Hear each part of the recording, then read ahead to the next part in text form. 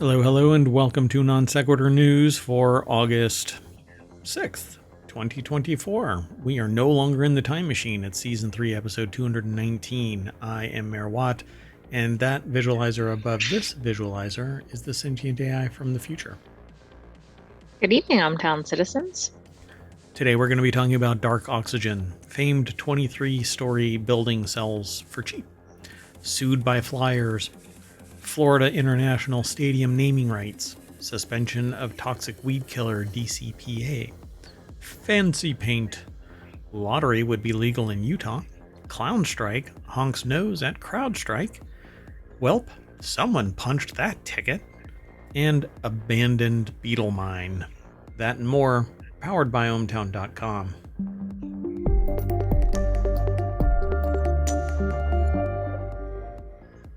All right, folks. So I was going to have a long discussion. I may still do it this weekend. I'm actually going to make an executive decision and move our news for, well, you'll see.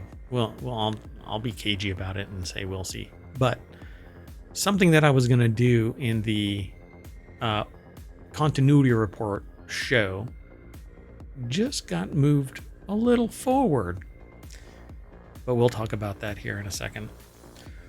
The very first article is over in Non Sequitur News. Dark oxygen discovered on the seafloor raises stakes for deep sea mining negotiations. I'm just going to jump straight on over to theverge.com. Justine Colma put this article together. No, it was not. Yes, it was. So the Sentient AI alerted me that we were on August 5th, and today is August 6th, but we just got out of the We time hadn't machine. quite gotten out of the time machine. not quite. But anyway, so the article that we're going to talk about first is, oh my goodness, is about dark oxygen discovered on the seafloor. A whole lot of people were talking about this recently, and it's because it's a new discovery. So, rules for deep sea mining have been at the heart of talks during the International Seabed Authority annual meeting in Kingston, Jamaica, that ended Friday. A mining company has already said that after the meeting's end, it would submit the first ever application to exploit minerals from the deep sea. But there's so little that humans know about the deep sea that a growing chorus of scientists, advocates, and policymakers are sounding the alarm that there could be grave unforeseen consequences. Evidence of mysterious dark oxygen from the abyssal seafloor was published in a prestigious journal in July. It raises new questions about the risks mining might pose to life at the bottom of the ocean that scientists are still trying to understand, and is amplifying calls for a moratorium on mining. Yeah, if we don't understand it yet, I'm not sure we should be mining it. Nope, got to kill it first. Got to destroy it all. If you don't ask, then you don't know, and if you don't know, doesn't matter, right? So you just don't ask. You don't look. Then you find out after you wipe it out that it's suddenly the key to some whatever. Yeah, aliens land, and they say the only thing that will save Earth is dark oxygen. Oxygen is a product. We wiped it out. Yeah, so what is it? Plants and plankton use sunlight, water, and carbon dioxide to create sugars and oxygen, and that's what makes the discovery of dark oxygen at the bottom of the abyss, with depths of between 9,842 and 21,325 feet, or 3 to 6,500 meters. So incredible what's down there that can produce oxygen without sunlight. Well, a paper published in the journal Nature Geoscience last week suggests that there's a completely different and previously unknown process for producing oxygen on Earth, and it comes from arguably the most unexpected of places, the bottom of the ocean.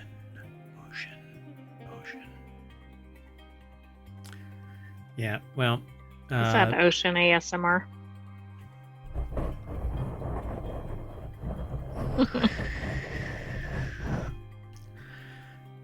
You know, today I actually found carbonation ASMR. Yes, you did. Anyway, and if I can dwell into the deepest recesses of YouTube to find carbonation ASMR, hey, who am I to judge? Anyway, there's a lot of more research to be done to test the hypothesis. This is a hypothesis. They still don't know for sure how the oxygen is produced, but they have a hypothesis. Polymetallic nodules rich in nickel, copper, cobalt, iron, and manganese are strewn across the seafloor, exactly what mining companies are interested in exploiting, and have even described as batteries in a rock. They might be able to produce enough of an electrical charge to split seawater, releasing oxygen through electrolysis.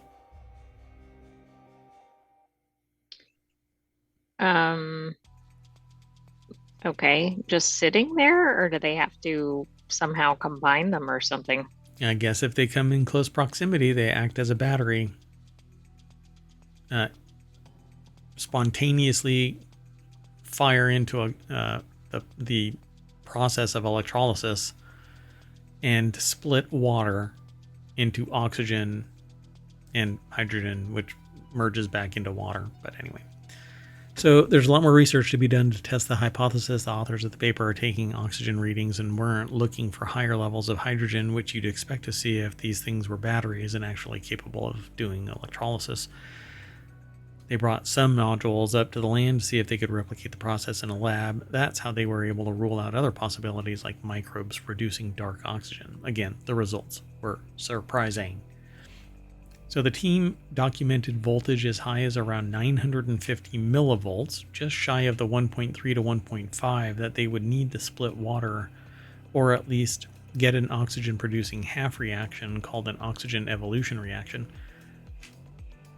Now I'm really curious, did they do this at the pressures that are necessary down there?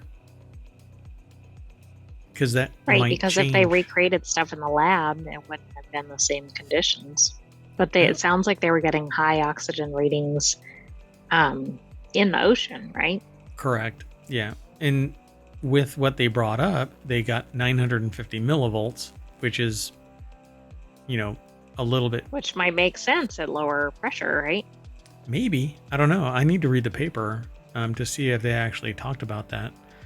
So they say when The Verge reached out to the company, it pointed us to a statement it released saying that it was surprised to see the questionable paper published.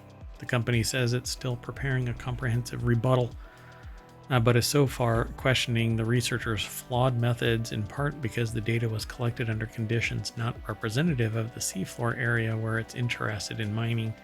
It also says the paper contradicts other studies and was rejected by other journals.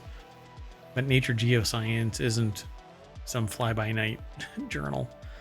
No, I mean, and it's also interesting here because there's very different interests in the nature geoscience research as compared to a mining company. Yeah, this is really interesting, though. They say that the researchers had discarded data showing oxygen production that they believed was faulty sensors once they realized that something may be going on. 8 years worth? Why are you using the same damn faulty sensors for 8 years? I don't know. Yeah, something seems off here. Yeah. So, why there still aren't rules for deep sea mining? Because nobody does it. Now there will be, and something bad will happen, and that's where rules are formed because you don't know what to rule. No, you can't do it. Yeah, you don't know what to say you can't do until somebody dreams up another thing to do. Yeah, because it isn't just, dropping a spike down there and pulling up whatever is under the ocean. They're going to be scraping the surface of the ocean or the bottom of the ocean to get these nodules and raw materials. Now, if this is actually one of the oxygenators of the planet, then this is kind of surreal that we're about to scrape the exactly. agent. It's like some monetary profits or I don't know, survival of the earth. Yeah. So whether the ISA will give TMC the green light if it applies this year is another story. Though it missed the initial deadline, the ISA set out an aspirational timeline of getting rules in place by 2025. The ISA Council also put out language at last year's negotiations saying commercial mining shouldn't move forward until those rules are set in place, although that's not necessarily a legally binding decision. So there's still a push. And I find it interesting that we continue to put short-term gains over long-term societal existence. Life on Earth could be changed either by leaving it in place or mining it to the surface. But we don't know what it is that's going on down there. So why sit there and, go after it so quickly, uneducated about what's going on down there? Yeah, this seems like one of these things where somebody's going to file for an injunction or something if they try to press forward with the mining, or it'll be like one of the children lawsuits, right? Because, who's this going to impact? Future generations. Yeah. Meanwhile, these people are going to be disembodied from this because not only by the time we find out that this stuff is really, really important, they will have either died or the wealth had already been transferred somewhere, et cetera, or they'll be able to claim, well, we use the knowledge at hand, right? It was an educated guess. Oh, you know what I didn't do again? Daggone it. Dag-nabbit. Show notes? Yeah. I'll put the show notes after the show into into YouTube? Yeah, and the VOD. I put some recently, but anyway, let's keep moving. So if you're watching this over on YouTube later, the podcast won't have it, but right now I'm showing what the apparently oxygen producers are. This little black stone, they call it dark oxygen, but it comes from polymetallic nodules that are collected from the seafloor, and this is what a mining company wants to go and scoop up. All right, let's keep going though. Next article is over on the Hatch Ideas channel. Famed 23-story New York office building sells for 97.5% discount in online auction. The building was formerly owned by UBS. Wow. Ouch, that's kind of a drop in price. $8.5 million. How the hell did this get sold for $8.5 million in Midtown Manhattan? Emily Rella put the article together. It was edited by Melissa Malamute. The article was published at entrepreneur.com. I don't know if I'll be able to read all of it, but so it says here, despite many companies issuing return to office mandates, the commercial real estate market is in New York City remains volatile. So this 23-story, 925,000 square foot building redesigned by the famed Gensler Architects team sold for $8.5 million last week. That's it. The building last sold in 2006. Go for it. For $332 million. That's insane. The office building located at 135 West 50th Street. Really?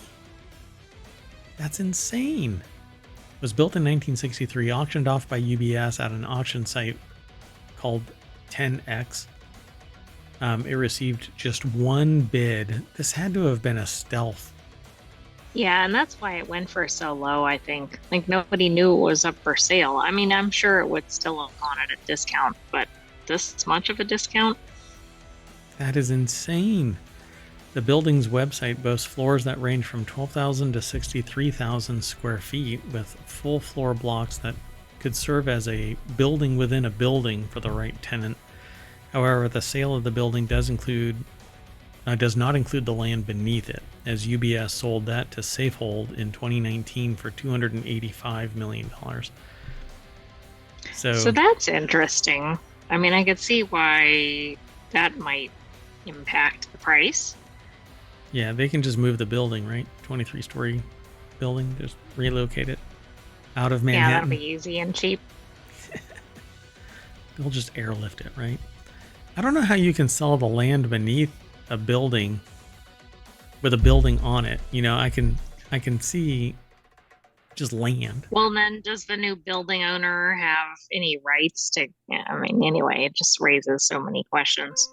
Well, they can't dig anything. They can't dig underneath it. So they can't add like a parking garage or anything like that. Or I don't think any you can utilities or anything. post. Yeah, I don't even know like what that serves. If the building comes down, what happens? Do they still have the rights to build on top? Probably not. I mean, it depends on whatever agreements are in place. Oh gosh, here's where I end up going down this rabbit hole of trying to make sense of why you would pay $300 million for the land beneath a building.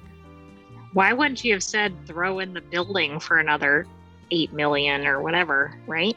Yeah, I guess the pain wasn't strong enough until 5 years later. And why wouldn't they know about it? Something seems wrong. Well, that's true. Why wouldn't the landowners have bought the building, if anything? I don't know. Everything about this is weird. Yeah, why wouldn't UBS or somebody have told Safehold about it 5 years later? Hey, this is on an auction site. Yeah, somebody's lost their mind. Anyway, there's something hinky. It feels hinky. But anyway, next article is over in Hatch Ideas as well. CrowdStrike. It reminds me of those lots in the Hamptons, right? Where people own the land, but not the, or they allow you to take the building off of it or something. Yeah, they sell the building real cheap. But that's what I was talking about, right? So if it's going to transfer out, it's not like they can just pick up a 23-story building and move it off of Manhattan. I mean, they don't, I don't know what they would put that in. Mini Cooper. So let's go on. The next article is over in the Hatch Ideas channel. CrowdStrike is sued by flyers after massive outage disrupts air travel. CrowdStrike's legal troubles from last month's massive global computer outage deepened on Monday as the cybersecurity company was sued by air travelers whose flights were delayed or canceled. The article is published on CNBC.com by Reuters. If you've never heard of CrowdStrike, basically they're a cybersecurity company. They provide, to say that is to put it lightly, but they're a very capable cybersecurity firm. But they pushed a piece of software that basically bricked hundreds of thousands of machines. Including nearly entire companies' systems. Or states, governments, etc. Yeah, so in a proposed class action filed in the Austin, Texas federal court, 3 flyers blamed CrowdStrike's negligence in testing and deploying its software for the outage that disrupted banks, hospitals, emergency lines around the world. True. This was, I would say, entirely foreseeable, and that's what they say in the article. They said that CrowdStrike should pay compensatory and punitive damages to anyone whose flight was disrupted after technology-related flight groundings for Southwest Airlines and other carriers in 2023 made the outage entirely foreseeable. CrowdStrike said in a statement, they believe this case lacks merit. We will vigorously defend the company, which is attorney boilerplate talk, which, let me just say, if they stand by like that, they're gonna lose, because unless they demonstrated a wide array of testing prior to launching this thing, they really did not. Right, if they just show they just deployed it, right? Correct. How is that going to be reasonable? Yeah, and they did it on a Friday. They did it close to business hours closing. You just don't do it, and you don't blurt it all out to everybody all at once. 8 million computers. Yeah. So Delta Airlines said that it may take legal action as well. This is a lot of this is actually sourced from different places. Actually, I don't know what some of them are. Yeah, Reuters Connect. A lot of these are from Reuters, but people are talking about this stuff all over the place. So I don't know. Anyway, they updated this software that is part of the boot up process of every computer that was facilitated by CrowdStrike. So when it booted up, it just went to a blue screen of death and you were done. And somebody had to manually log in safe mode, delete 3 files, and reboot the machine. Sometimes you could reboot, and it would pick it up and purge these files. But no, only in a very small number of machines. So on Sunday, CrowdStrike said that it was neither grossly negligent nor at fault for Delta's problems, and that the Atlanta-based carrier did not accept its offer for help. But I'm sorry. Well, was this after their whole airline went down? Yeah. It's probably going to end up being their fault. But you know who they should have called? Who? Pitbull, because they have the naming rights for Florida International Stadium for just $1.2 million. That's right. That's it? Yep. It's basically bargain basement pricing, kind of like buying a UBS defunct business. Exactly. Without the land. That's right. Without the land. So, and he didn't get the land either. So it's just naming Florida International Stadium. Has announced that it'll rename its football stadium to Pitbull Stadium after entering a 5-year deal with the musician. Pitbull will pay $1.2 million per year over the next 5 years for the naming rights, according to documents viewed by the Washington Post. What? I mean, do you think somebody's going to come by and say, I'll offer $1.3 million? Hey, man, this is the place to party. Pitbull Stadium is going to rock. Pitbull and FIU announced Pitbull Stadium will be the new name for the Miami-based university's football stadium. Tanya Garcia over at Variety.com put the article together. What a trip. Do you think the contract requires them to play Pitbull music at every event? Nothing but yes. Yep. What we're doing here is groundbreaking. We're making history. This is history in the making. Pitbull said in a statement, which is very symbolic of his music. Although I like some Pitbull music, saying the same thing over and over again in slightly different ways. Yeah, you're going to see that every other university is going to want to do the same thing, but the difference is we don't do this for propaganda. We do it from the heart. We do it because it's meaningful. We do it because I'm from the crib. I'm 305. I'm from the bottom. This is my backyard. I'm sorry. So the 20,000 seat. The 20,000 seat stadium will also be available for Pitbull to use 10 days per year throughout the course of the deal. Pitbull's vodka company, Vola 305 Vodka, will also be available for purchase at the venue. So tie in. I think this is the first stadium, though, that's named after a person, isn't it? I think that's why. Because I think most of them are named after companies. I don't know why anybody would say this, but pause up, Dale. Moving on. Next article is over in Non Sequitur News. EPA emergency order immediately suspends all use of highly toxic weed killer DCPA, which is probably what led to paying $1.2 million. No, I don't know. Anyway, it's a weed killer called DCPA, sold under the brand name Dactyl. The EPA announced an emergency order immediately suspending all use of the highly toxic weed killer sold under the brand name Dactyl due to its significant health risks, particularly for farmers and pregnant people, and pregnant farmers are doubly. Yes, that's exactly. I wonder how long it's been on the market. Yeah, I need to go and look in the farm of ohmTown. So, also known as DCPA, dimethyl terephthalate, and this sounds more like a monster from Ghostbusters. Chlorothyl dimethyl. The herbicide was It doesn't sound very nice.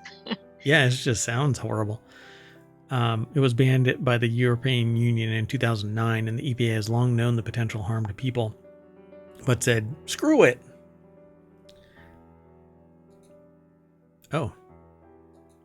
So this is over at Common Dreams, which rarely pops up lately. Interesting. Yeah, we haven't had an article from them in the show in quite a while. Yeah, that's weird. Anyway, but news is news.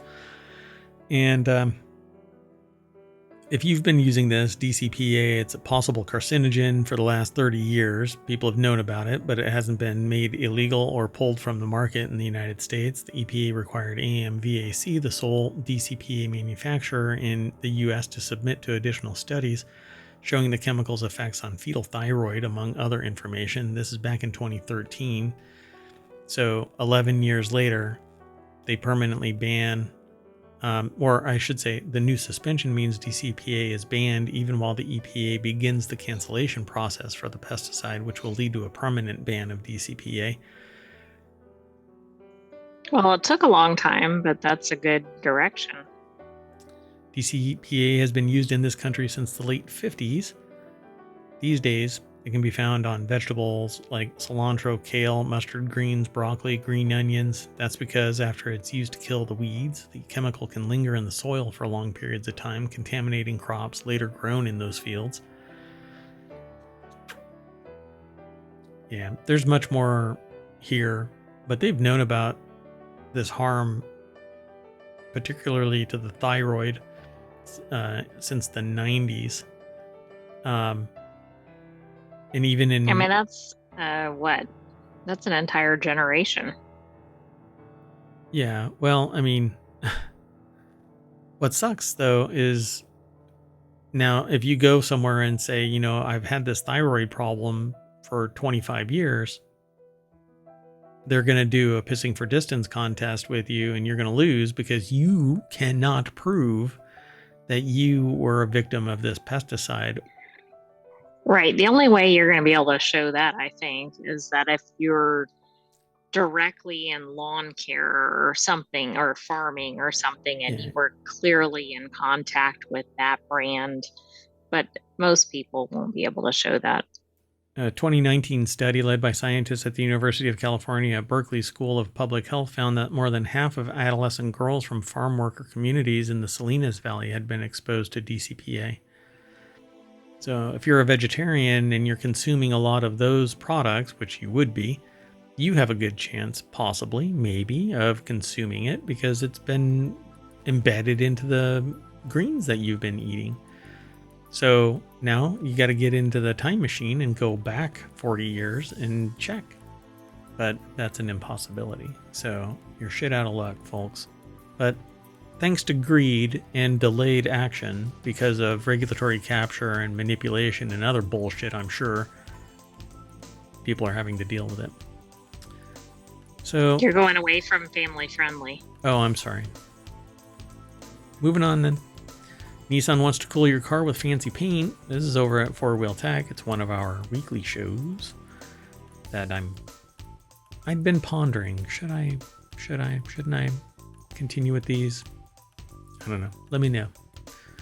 So the Earth is getting hotter, but we'll be damned if we let that affect our love of sitting in exposed metal boxes with big greenhouse-like windows. We'll keep cranking the AC as our interiors get hotter and hotter, but now Nissan has a new method to keep you cool. Fancy high-tech paint that claims to reduce the temperature of your vehicle. They've got this cool picture. I'm not sure what they're actually using, but it's a thermal image. And on one side, a car is at 44 degrees C, and on the other side, it's 33.2 degrees C, which is pretty spectacular reduction. Amber De Silva. I'm in complete favor of this if it actually works. Fancy paint technology might help lower the interior temperature of your car. Let's see what they say here. The paint, in collaboration with a cooling company called Ratty Cool, contains synthetic composite materials with structures that exhibit properties not usually found in nature. So an unnatural material. Great. Okay, let's refer back to the previous article. What could go wrong? Yeah, close to bad bat territory here. These materials apparently reflect infrared rays rather than absorbing them, and somehow manage to emit waves that repel solar rays before they ever reach the car. Sounds like the sort of thing that a Greek god would punish as hubris. But the author, pardon me, I got the hiccups. Amber de Silva again. Says, sounds like the sort of thing that a Greek god would punish as hubris, but I guess that's just where paint science is now. Currently, it seems the cost of the paint is primarily in thickness and weight. According to Nissan, current prototypes are being painted 6 times thicker than a standard car, though the manufacturer claims to be working toward thinner coatings with the same effect. As for the actual cost, in materials and work and to an eventual end buyer, the company hasn't yet given an estimate, so ass expensive. I mean, right. I mean, we definitely see car prices being cheap without this. So yeah, cars are cheap. Yeah, as a general understanding, cars are cheap. The paint is angled more towards vans, trucks, and ambulances than consumer cars. Why ambulances? I mean, I know that there are people in it and it's a big box. And maybe because of the medical equipment in it. All right. Passively keeping car interiors cool rather than relying on energy costing air conditioning would be a massive benefit to drivers. There's more over here at the article, but we're gonna mosey on through the rest of these articles. Sound good? Sounds good. Moving on. So this next article is over on Rounders Gear, which again, it's one of our channels over on ohmTown.com, but not a live show. Utah lottery would be legal in certain counties under a new proposal. For whatever reason, even though I chop their, they submit, like they provide this information. I chop this thing before, like right after tickets in the submission, and it still embeds the image. I don't know why. I don't know what that's about. They want to just be very sharing. Yeah, very. Sharing is caring, or caring is sharing. I don't know. Anyway, Philip Conneller over at casino.org put this article together. Utah State Rep. Kara Birkeland plans to reintroduce a proposed constitutional amendment that would ask Utahns whether to legalize a state lottery. But following the failure of last year's effort, the proposal had pretty much been dead on arrival. This one comes with a twist. Birkeland is suggesting legalizing a lottery only in counties that border states that already sell lotto tickets. What is the hang-up? Well, and if you're going to allow it there, like what makes it okay there but not in the next county over? Yeah, it's this weird balkanization stuff. And I think I can guess why the neighboring counties are allowed, though. Because they're not as... somebody's probably crossing the state line and the revenue is all going to the other state. Yeah, sure. Of course. Yeah. But you can't be part of the lotto unless you allow it in your state. And a whole lot of money I've never heard of a county lotto, right? Right. Yeah. What if I live in the next county over, but I go into the county that does allow it, and then I go back to where my home is. Win? And I win. Yeah. I have to get somebody from the other county to come and sign. Utah is one of just 2 states, along with Hawaii, where all forms of gambling are illegal, including church raffles. So it's the oddest thing. Yeah. I don't know why Hawaii, but Birkeland... No, I don't either. Birkeland is undeterred. She says that Utahns spend $200 million a year on lottery tickets in neighboring states. If this money were redirected to Utah, it would mean lower taxes, she argues. And by legalizing the lottery in certain border counties only, she would be stopping Utahns from crossing the border to buy tickets. Well, don't let borders, if you, why don't you just put up a wall? There you go.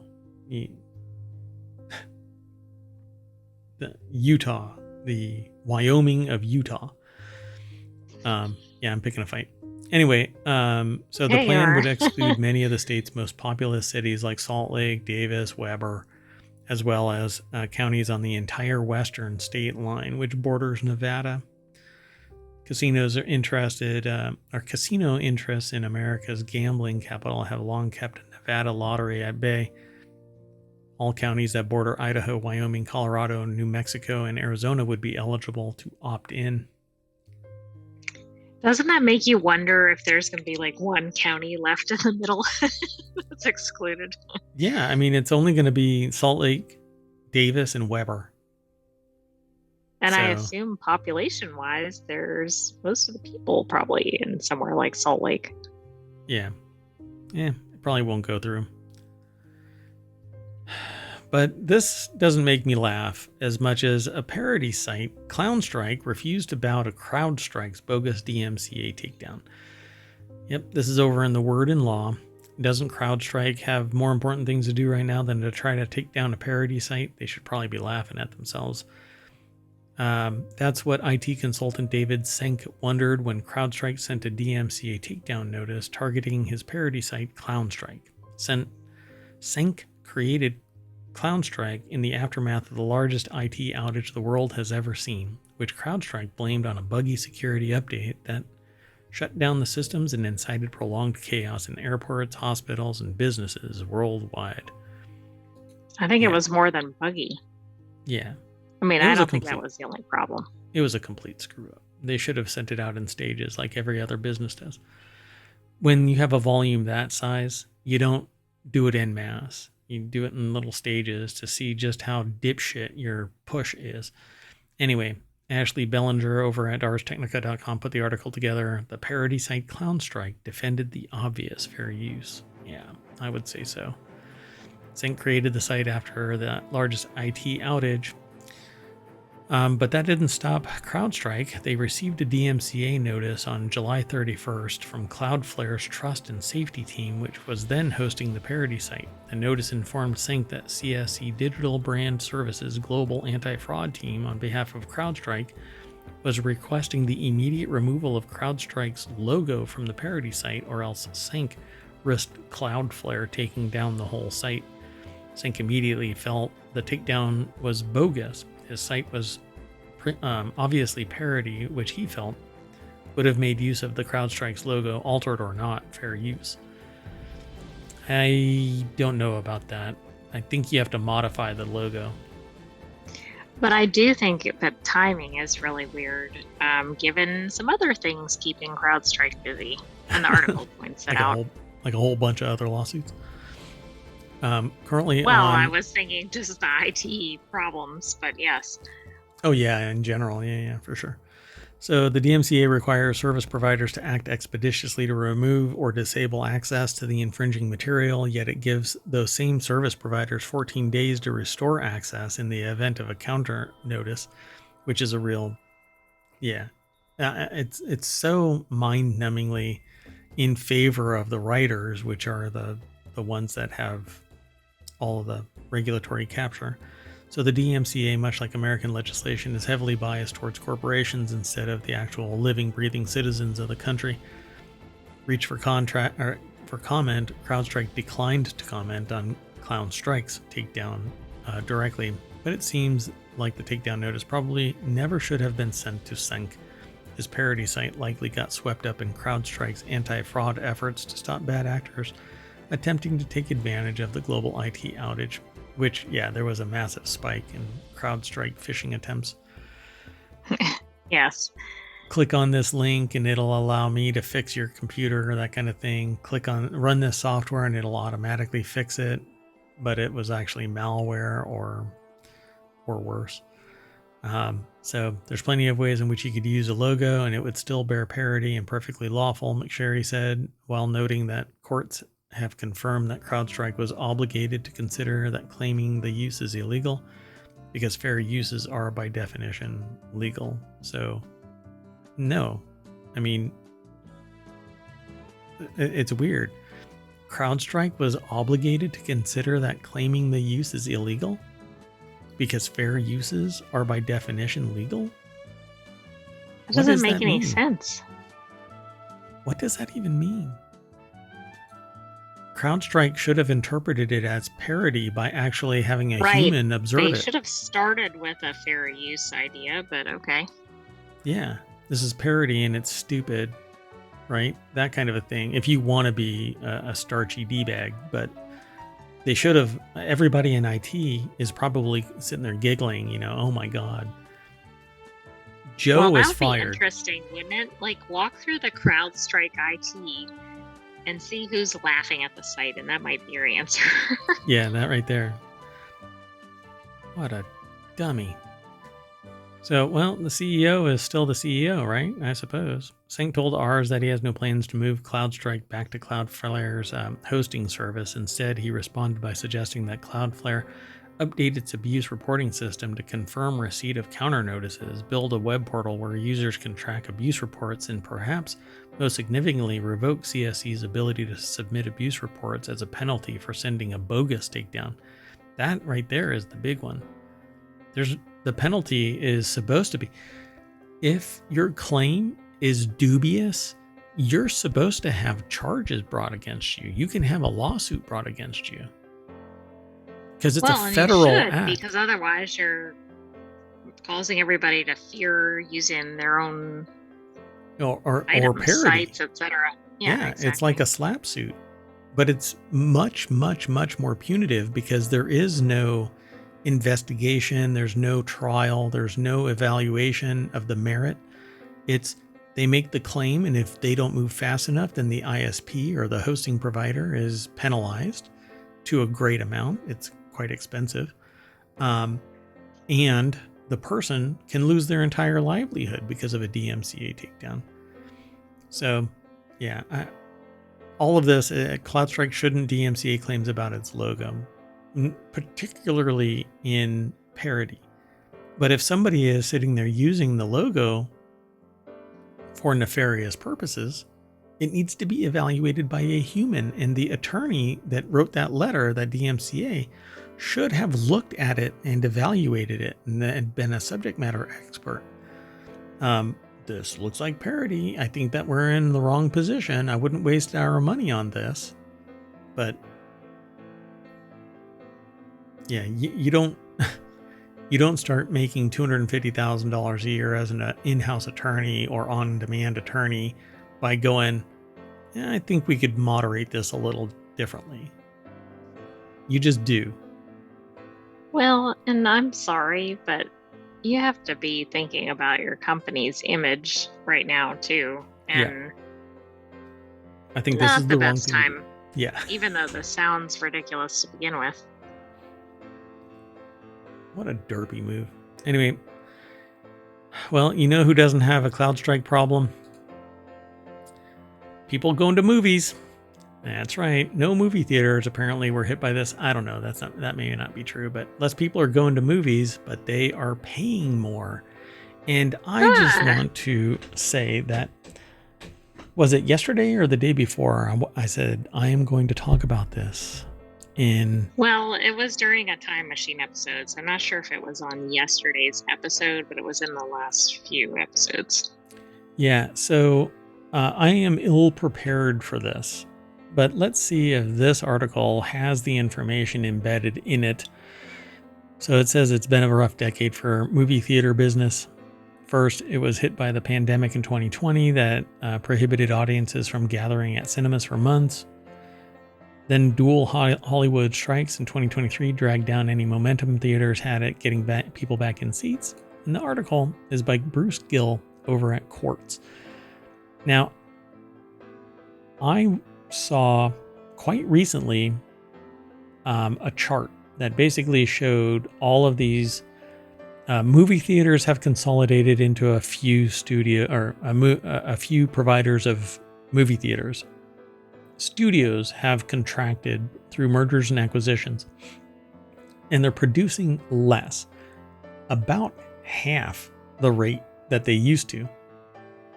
Meanwhile, prices over the given time, I think it was 20 years, doubled, and the number of customers halved.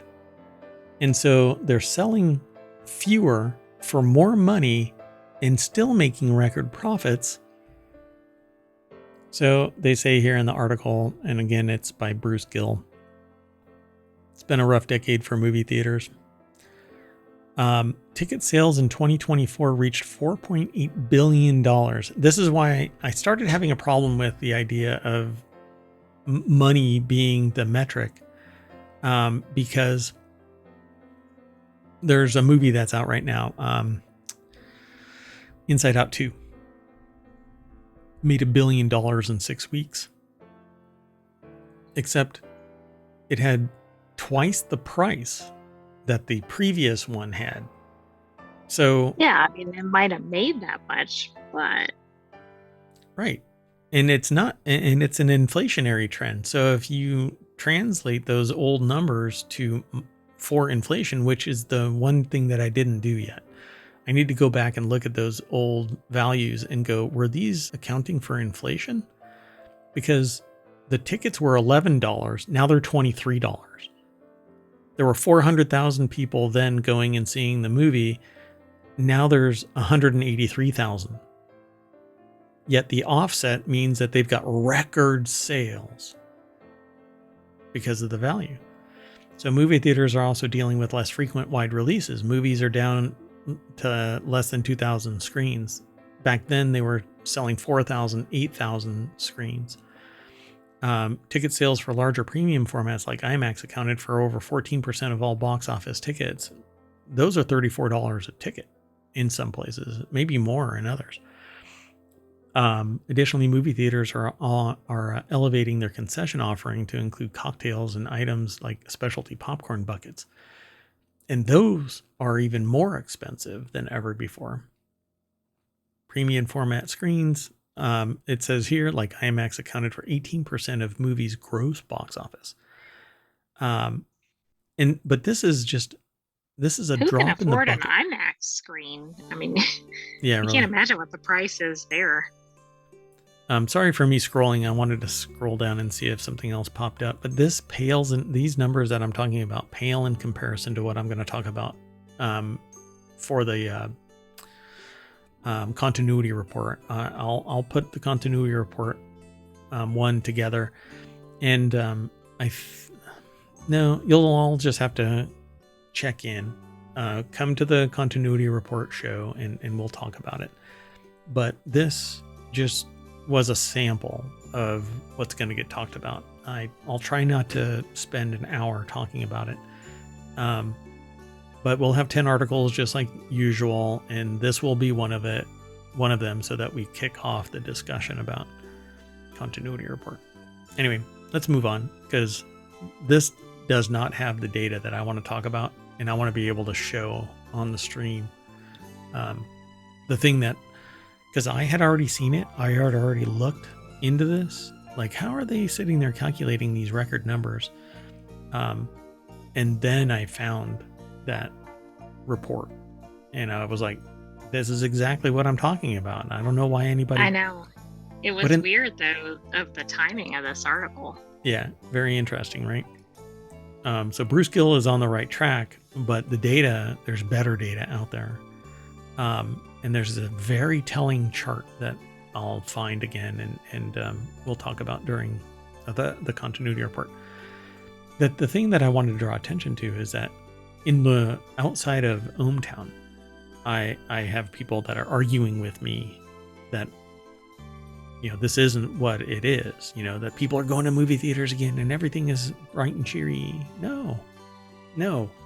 They know that there's a lot of money in the system. They're raising the prices. And they're raising the prices because everything all the way down to the core supplier, the raw material supplier, is all, and then for layers up until retail. And even then, it's been consolidated by a few organizations that aggregate all of that wealth, power, influence, money, etc. Anyway, let's move on. Any themes there? Yep. Let's move on, because we need to explore a Swiss mine filled with abandoned VW Beetles. Usually mines are filled with coal or to run power stations, salt to keep our roads free from snow, or rare earth metals to keep our electric cars running. No, those we have humans manually digging on the surface, or we just strip the sacred land mountaintop Anyway, one thing you I'm don't... not sure that's what we're supposed to do. I mean, we're trying to do that at all ends of the earth, right? Including deep sea mining. Correct. Right? That's how you become a billionaire. And then you find a way to leave the planet. So one thing you don't expect to find down a mine is a Volkswagen Beetle, let alone a whole swarm of them. Spray for these bugs. That's exactly but not what with dactyl or whatever that is. Oh yeah, not with that stuff. Don't do that. So there's a whole swarm of them inside this Swiss mine. Look at that. Owen Bellwood put the article together for jalopnik.com, a group of urban This explorers. Is a lot of beetles. Yeah, it's interesting. They unearthed a stash of vintage Volkswagen Beetle and Golf cars hidden in a mine in Switzerland. The GIF is repeating, by the way. But it shows at least 6, maybe 8. I don't know how many more are in there, but it says that's exactly what they found. When they went off, is that Piste? Piste in Switzerland? I guess so. I guess off the beaten path. I don't know what that means. Yeah. I don't know. I'll have to look it up, or you can while you're hanging out. While I'm rambling on my soapbox. A ski run of compacted snow. Oh, well, I can say that I guess kind of off the path, right? I'm pieced off. So a mine was unearthed by the Exploring the Unbeaten Path YouTube channel, which is helmed by self-proclaimed adventurer Bob Thyssen. The channel has previously explored ghost towns in the desert, Second World War bunkers, and even abandoned prisons. One of the channel's latest escapades, Thyssen and his friend head to the mountains of Switzerland to go inside an abandoned mine. Somebody had to have told them that there's something in there. Yeah, I agree. I don't think they just, as Jalopnik, suddenly found it. Right. So as the pair moves deeper, the tunnel widens and they uncover all kinds of mining equipment from the late 70s. As they continue, more and more branches appear in the tunnel, showing how wide the network of passages and pathways must be. They try all kinds of routes and they find a passage that's full of vintage VWs with nowhere to go. Yeah, why would they be in there? And how did they get in there, and what was the plan for them? Yeah, I wonder if are they stolen? It says what's weird is that the cars hadn't been stashed away since they rolled off the factory. Instead, one sticker in the window was showing that it was registered for road use as recently as 2018. Why then other cars stashed away down there? Well, according to the clever folks over at Autotopian, you should probably pay attention to that. The Hall of Vintage It's VWs already added as a source. It is the property of the brains behind a bizarre VW museum in Switzerland. A heritage site called the Musée Volkrex in St. Sulpice, Switzerland, is packed full of dioramas showing VW cars in various settings. Maybe the ones hidden away are the cars that were just too rusty to make it onto display, or perhaps they're parts cars ready to be searched through for the essential pieces required to finish a new display. Pretty cool. There is a video. I wonder how many others of these are around the world, do you think?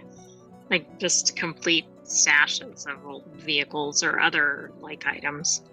I don't know. I'm sure some World War II people might know of stuff that was stashed away. You know what I'm saying? Mm-hmm. You hide it so that nothing gets lost, and then you never return. So there's a video embedded in this jalopnik.com article. Go over, follow the link through ohmTown, go and check it out. Again, I'll put it in the show notes, and you'll be able to go and check it all out. But it's if you listen to what I say as the title, you'll be able to also find it over at Jalopnik. Explore this Swiss mine filled with abandoned VW Beetles by Owen Bellwood. That's wild. It's very neat. I know. It's strange. But it's so modern that you're like, okay, well, it's not as extraordinary as you might think. They're using it as storage because these would have been weathered into nothing but rust. Well, Should they that's have been true. out in the Swiss elements? Yeah. All right, folks. Well, we're going to restart our VW Beetles, and that'll bring us back to the front page of ohmTown.com. Go over there, become a citizen, and you too could submit news to us and let us know which articles you would be interested in. It's as easy as either sending an email or posting it over on the Discord or posting a message under one of the videos. I read all of the comments. Be sure to download the podcast. There's actually over 1,000 episodes now just for Non Sequitur News. At one point it was called ohmTown Daily News Show, but we bounce around so crazily that it's pretty non sequitur. And I say some weird things sometimes. Anyway, that's it for today. I am Mayor Watt. That's the bottom visualizer. And up above is the Sentient AI from the future. I don't know why I'm pointing up. We can't see you pointing with your visualizer. Good night, ohmTown citizens. Thanks for joining us for the August 6th Non Sequitur News. See you soon.